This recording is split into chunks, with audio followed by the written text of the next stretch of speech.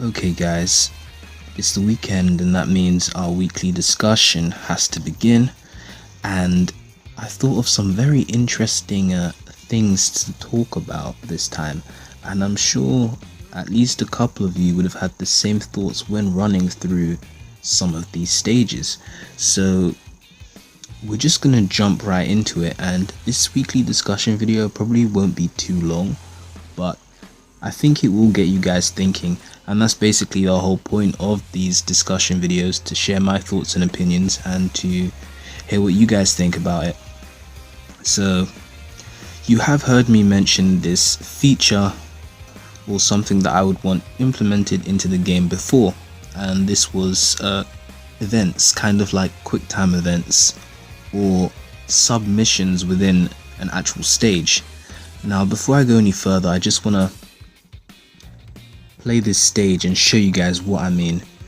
Now I do not know if Klab is secretly hinting at something or if this is just how they've laid out some of their stages, but from running through a lot of story mode again, I have noticed that there are a lot of areas which are closed off. Now I'm sure that this is just because they're not accessible in certain stages, but why?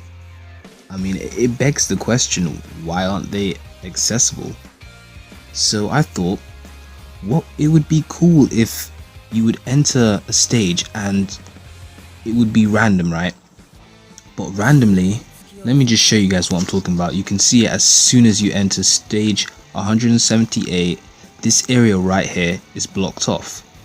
Now, the obvious answer to that is probably because it's not accessible in this level, and there's probably no deeper sub meaning, but this could be potential for something to happen.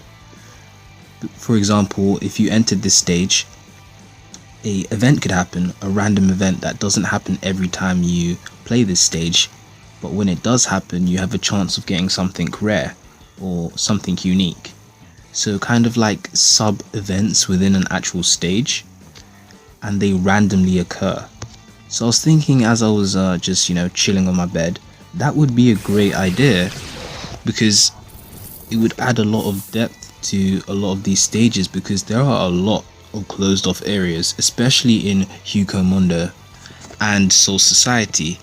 I haven't seen as much in the desert stages, but I definitely like the sound of not knowing what could possibly happen when I enter a stage.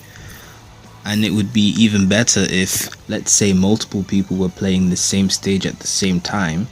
Since you need an internet connection to connect to this game, if an event happened and maybe you needed multiple people to complete it, whoever was playing the same stage at the same time as you would join in, kind of like a co-op thing, but without having to go through the whole co-op room.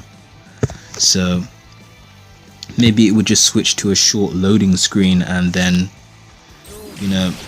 you would see everyone who's in the same lobby and room as you, who's playing the same stage.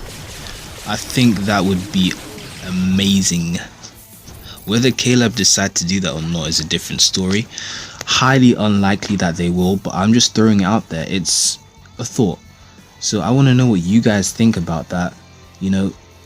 QuickTime events or submission events, whatever you want to call them. Same thing. You guys get the gist of what I'm saying. And yeah, oh look, here's another area. I mean, it just seems a little bit strange.